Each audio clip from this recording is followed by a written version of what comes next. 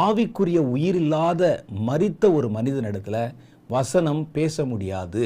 அதனால என்ன செய்யணும்? முதல் காரியமாக நீங்கள் உங்கள் வாழ்க்கையில ஒரு ரட்சிப்பின் நிச்சயத்தை பெற்றிருக்க வேண்டும்.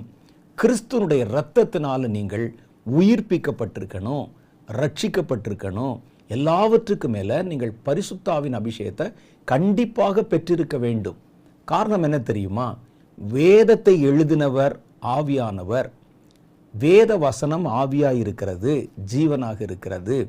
அப்ப இந்த வேத வசனத்தை நீங்கள் நன்கு விளங்கிக் கொள்ளணும்னா அந்த ஆவியானவர் உங்களுக்கு கற்பிக்கணும். வேதத்தில் அப்படித்தான் சொல்லப்பட்டிருக்கிறது. ஆவியானவரிடத்துல கற்றுக்கொள்ள வேண்டுமாம், அவரிடத்துல கற்றுக்கொள்ளணும். நீங்கள் அவராலே பெற்ற அபிஷேகம் உங்களில் நிலைத்திருக்கிறது. ஒருவனும் உங்களுக்கு கற்பிக்க வேண்டாம். அந்த அபிஷேகமே சகல சத்தியத்தையும் குறித்து உங்களுக்கு போதிக்கும் என்று வேதம் சொல்லுகிறது.